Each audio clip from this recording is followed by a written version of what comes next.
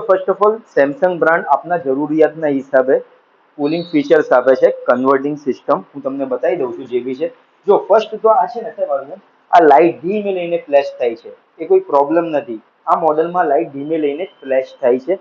બીજું, આમાં જેટલું બી ટેમ્પરેચર સેટિંગ છે બધું અહીંયા પેનલ પર જ છે. આના સિવાય બીજું કોઈ રેગ્યુલેટર નથી, કોઈ સ્વિચ નથી. બરાબર. હવે આમાં બે ડિપાર્ટમેન્ટ છે, ઉપર વાળો ફ્રીઝર, નીચે વાળું ફ્રીજ. ઉપર વાળું ફ્રીઝર જેમાં બરફ બાજે છે, નીચે વાળું ફ્રીજ જેમાં બરફ નહીં બાજતું પણ વસ્તુઓ ઠંડી થાય છે. બંનેનું ટેમ્પરેચર સેટિંગ અહીંયા જ છે. જો લખ્યું છે ફ્રીઝર, ફ્રીઝર એટલે ઉપર વાળો ડિપાર્ટમેન્ટ થઈ ગયો. હવે ફ્રીઝર ની અંદર -15 એટલે સૌથી લો ફ્રીઝિંગ. -15 માં બી બરફ તો બાજશે જ.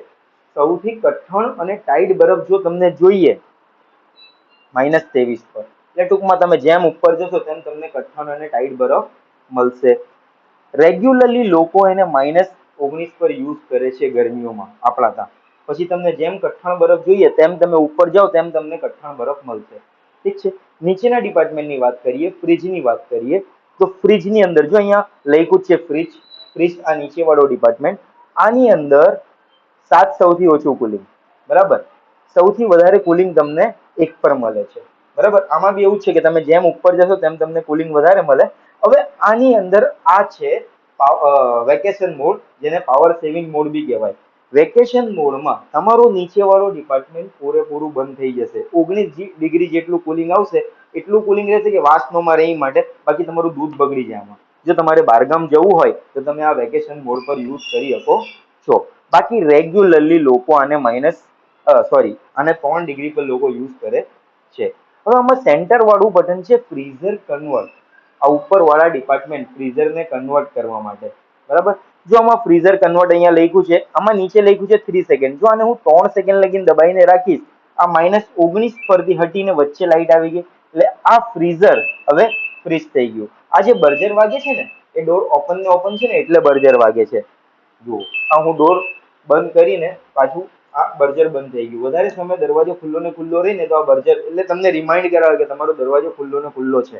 હવે જુઓ, આની અંદર આ ફ્રીઝર કન્વર્ટ 3 સેકન્ડ લખ્યું છે. હમણાં આપણે ઉપરવાળા ફ્રીઝરને ફ્રીઝ કરી દીધું છે, એટલે આ નીચે જેવું થઈ ગયું. પાછું 3 સેકન્ડ લગીને દબાઈને રાખીશ એટલે ઉપરવાળો ફ્રીઝર પૂરેપૂરું બંધ. ઉપરવાળો ડિપાર્ટમેન્ટ પૂરેપૂરું બંધ. પાછું 3 સેકન્ડ લગીને દબાઈશ એટલે જેમ હતું તેમ -19 પર આવી જશે. બરાબર. આ ઉપરવાળા ડિપાર્ટમેન્ટને ખાલી કન્વર્ટ કરવા માટે છે. બરાબર. ફ્રીઝરનું ફ્રીજ અને ઓફ કરવા માટે બી આ 3 સેકન્ડ દબાવવાથી કામ થશે. હવે જુઓ, આની અંદર લખ્યું છે પાવર કુલ 3 સેકન્ડ ફ્રીજની અંદર. જો આ ડિપાર્ટમેન્ટમાં તમને ઝડપી કુલિંગ જોઈતી હોય, 3 સેકન્ડ દબાવો એટલે ઝડપી કુલિંગનો સિમ્બોલ આવી જશે. આ ઝડપી કુલિંગનો સિમ્બોલ આવી ગયો. બરાબર. જો ઝડપી કુલિંગ તમારે કેન્સલ કરવી હોય, 3 સેકન્ડ પાછું દબાવો, કેન્સલ થઈ જશે. હા. હવે જો આમાં છે ને વાઈફાઈ વાળો સિમ્બોલ ઝબકારા માર્યા જ કરે છે. આની અંદર સ્માર્ટ થિંગ્સ કરીને એપ્લિકેશન છે. આ એપ્લિકેશન આપણે આપણા મોબાઈલમાં હાલ ડાઉનલોડ કરીશું. બરાબર. આ ફ્રીજ તમારા ઘરના વાઈફાઈ સાથે કનેક્ટ રહેશે. તમે એને મોબાઈલથી ઓપરેટ કરી શકો છો. કરવું હોય તો હું તમને કેવી રીતના કરવું એ બતાવી દઉં છું. હવે મેઇન વસ્તુ, ઓકે, જુઓ, આ આઈસ ક્યુબ બોક્સ છે ને કોઈ જગ્યા પર ફિક્સ થશે નહીં. તમે એને બહાર કાઢીને મૂકી શકો છો. બરાબર. હવે આની સાઈડો શરૂઆતમાં બહુ ગરમ થશે 24 કલાક દરમિયાન, તો એ કોઈ વાંધો નથી. શરૂઆતમાં હાવ કુલિંગ ન હોય ને તો એની સાઈડો ફૂલ ગરમ થાય છે, તો કોઈ ઇશ્યુ નથી. હવે આ ફ્રીજ આપણે અહીંયાથી નીચેથી લેવલ સેટ કરીને 10 ડિગ્રી એમ ઢાળમાં કર્યું છે. 10 ડિગ્રી એમ ઢાળમાં કે આ ડોર ઇઝીલી બંધ થઈ જાય ને આ પાણીના સ્લોપ માટે બી રેડી થઈ ગયું કે પાણીને સ્લોપ મળી જાય ને બધું બફ બનીને ઉડી જાય. પાવરની બચત માટે વારંવાર બંધ ચાલુ કરવાનું નહીં, હંમેશા ચાલુ ને ચાલુ જ રાખવાનું. હવે ચોમાસાના વાતાવરણમાં તમે દરવાજો વધારે સમય ખુલ્લો ને ખુલ્લો રાખશો, કાં તો તમારો પંખો ચાલુ હોય ને તમે દરવાજો વધારે સમય ખુલ્લો ને ખુલ્લો રાખશો તો અહીંયા સ્વેટિંગનું પાણી આવવું, અહીંયા સ્વેટિંગના ટપકા, પાણીના ટપકા બાજવા, એ કોમન, કોઈ પ્રોબ્લેમ નથી, એ કોમન છે. બરાબર. ભેજવાળા વાતાવરણમાં જો બોટલો બી તમે ભેજવાળા વાતાવરણમાં એમ કરીને બહાર કાઢો ને તો એ સ્વેટિંગનું પાણી જો અહીંયા આવી જાય છે. બરાબર. તો એ કોઈ પ્રોબ્લેમ નથી. બરાબર. ચોમાસાના વાતાવરણમાં આ બધું થાય છે, એ કોઈ વાંધો નથી. એટલે વધારે સમય દરવાજો ખુલ્લો ને ખુલ્લો રાખવાનો નહીં. ઠીક છે.